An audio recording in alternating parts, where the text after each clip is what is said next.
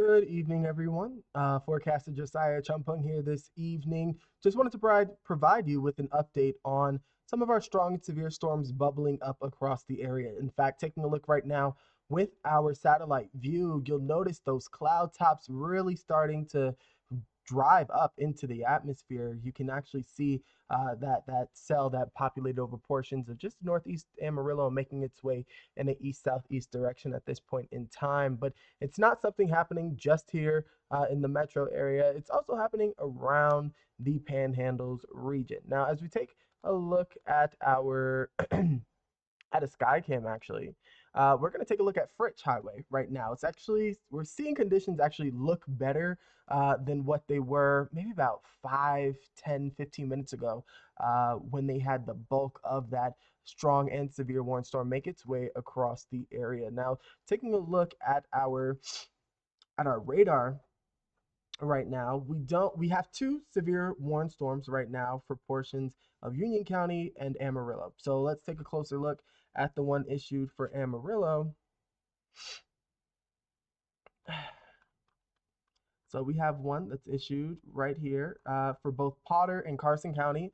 That'll last until 5:45 p.m. unless it gets extended to include a whole new area. But at this point in time, it looks like they've actually just upped the wind speeds on that to 70 miles an hour. That's because over in Pantex, they had a wind gust of up to 74 miles an hour that they had reported from the area.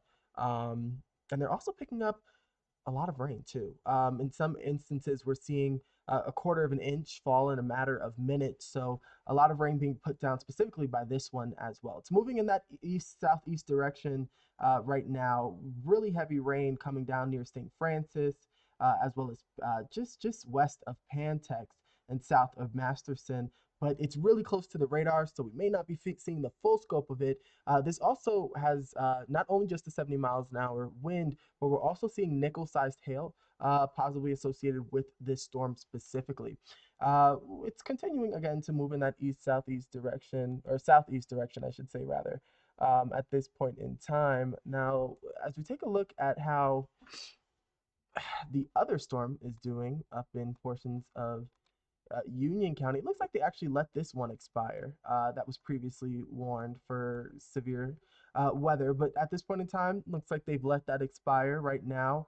It's the storm is still, putting down decent amount of rain, just going north of Pennington, now making it just east of Pennington, and now heading in that southeasterly direction, headed toward Thomas, Sedan, should it continue to hold its strength. But even on the north side, looks like a uh, new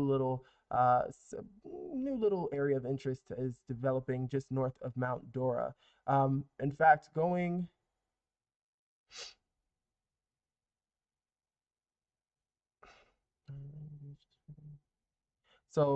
back actually to this severe storm here in Amarillo, or rather for Carson and Potter County. Pantex just said that they have some flooded fields just west of Pantex, so likely in this area, mainly due to the fact that this area got close to 2 inches of rain a couple of days ago. So the ground is really saturated, and now we're adding even more rain on top of it at this point in time. So, and in fact, they just added an additional 3/4 of an inch of rain from this severe storm specifically. So, a lot of rain falling in a short amount of time. Definitely going to be an issue, especially with areas that have been saturated and inundated with rain, not just today, but over the last couple of days. We've had numerous storms and periods of rainy conditions make their way through the area. I also want to take us up to portions of the Oklahoma Panhandle. Previously, we did have a severe thunderstorm warning in Beaver County. They've let that expire. But now we see a couple of areas with some heavy rain making its way through Beaver County, as well as portions of Texas County, just southeast of Hardesty. Now making its way over range, we could see this storm bubbled up. Looks like there was some slight warming, but right now seems to be actually backfilling here right now at this point in time. Not severe warned, but definitely it's a strong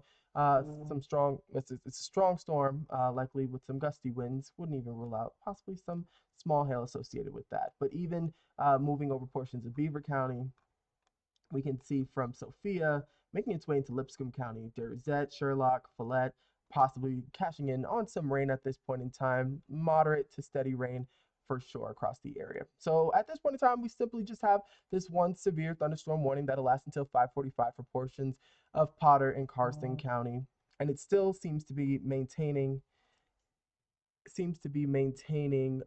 its strength. In fact, I actually want to take a look at another sky cam in this area, if you'll indulge me. Let's take a look at another sky cam. I'm actually going to take it over to portions of Highland Park, where in the background you're likely seeing some rain, no doubt. Visibility is down. Not that long ago, in the previous Skycam in Fritch, their visibility was down for a period of time, dealing with all that heavy rain. But right now, you can see that blanket of rain coming across the area, and probably some gusty winds, no doubt. Yeah,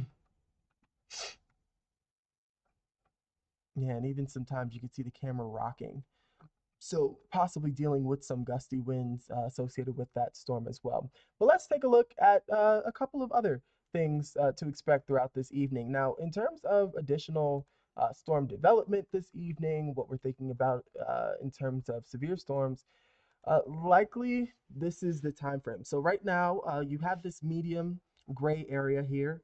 That'll be from 4 to 9 p.m. where we think severe storms will likely develop and move across this region. That includes portions of eastern Oklahoma Panhandle, including a wide chunk of Texas County, Beaver County, making its way down to places like Dumas, Vega, Amarillo, and then areas east. So if you're along I-40 in surrounding areas, you're likely going to cash in on some strong storms, possibly that can turn severe this evening. And it also looks like a new warning will go out for the Amarillo, east of Amarillo.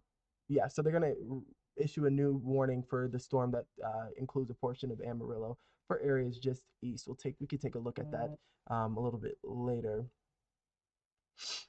Again, and so we have this lighter area up here where we have portions of eastern New Mexico that include Union County and also some of our northwestern counties, including portions of the Oklahoma Panhandle. That from 7 p.m. to 10 p.m., that could have some severe storms try and develop. We did have the previous one over portions of Union County that came a little early. But again, we'll see what happens throughout the evening. We do have a marginal risk for severe storms this evening. That can include quarter-sized hail, winds up to 60 miles an hour, although some of these storms, again, have put down some stronger winds of up to 75 miles an hour, as we saw, or 74 and 0.7 miles an hour over portions of Pantex. But no doubt these storms coming with some gusty winds, and flooding can't be ruled out, although the threat remains fairly low.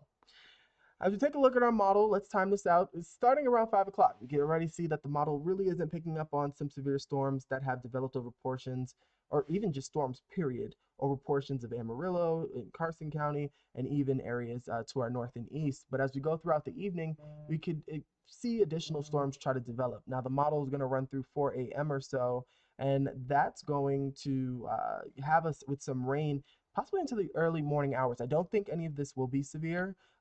Likely strong storms, heavy rain, likely. Can't rule out a couple rumbles of thunder associated with some of that. As we head into Sunday morning, we'll clear out, dealing with some overcast conditions, possibly during the morning. But temperatures, though, are going to be on the up and up. It's going to be a mild day across the area, slightly above average, with highs in the mid to upper 80s yet again. Can't rule out a couple of 90s, especially for some of our southern counties. Heading into Sunday, overnight into Monday, we'll have cooler conditions, temperatures dipping into the 50s and 60s. But the good news is, as we usher in fall, temperatures are going to feel still like they're in summer. We're talking about highs feeling more like the end of July than they do the middle of September, approaching the mid to low to mid 90s across the area and a couple of 80s there. You can see that cold front looming to our north and west. That's going to usher in some cooler air as well as some moisture to the area. Now, as we take a look in terms of our next weather maker, we're going to have a cold front that moves through early next week. Again, that'll bring some moisture. Can't rule out some storm development as well as cooler conditions possible as that front moves through. As we head into late week, however, we'll have a ridge develop over portions of the central plains, and that'll help shield us from storm development, but also keep us clear again of rain, and also keep us seasonable at best in terms of our temperatures. So that's all good news. Now, as we head into this evening, temperature is dipping into the 50s and 60s. Thunderstorms are possible still throughout this evening, although I think the later it gets, the lower the severe threat will be. Heading tomorrow, very nice temperatures above average, approaching the mid to upper 80s, lower 90s. Childress and Paducah possibly approaching the mid 90s. So definitely a mild one across the area, and that'll be possibly our last day, at least this week, with highs in the 90s before that cold front moves through. Taking a look at our 7-day tracker, we'll have milder conditions today, rather tomorrow, with highs again quite above average. Same thing on Monday before the cold front moves through, bringing with it chances for storms on Tuesday and Wednesday, although that's a little tentative. We may have to update that as we continue to get additional information. And then we float near average as we close out the rest of the week.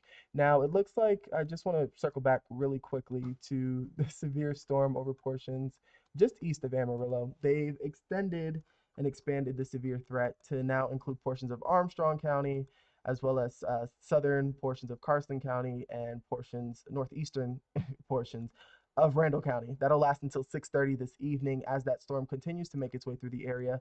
I mean, at this point in time, it looks like it might just be slightly weakening, but at this point in time, it's still severe warned, likely with some strong gusty winds and some large hail possible associated with that. And it also looks like they're going to issue an aerial flood advisory for portions of Potter, Randall, and Armstrong County as well. So this is the latest update. I'll continue to update you guys on my social media handles as well throughout the evening as we continue to see storms roll through the area. But until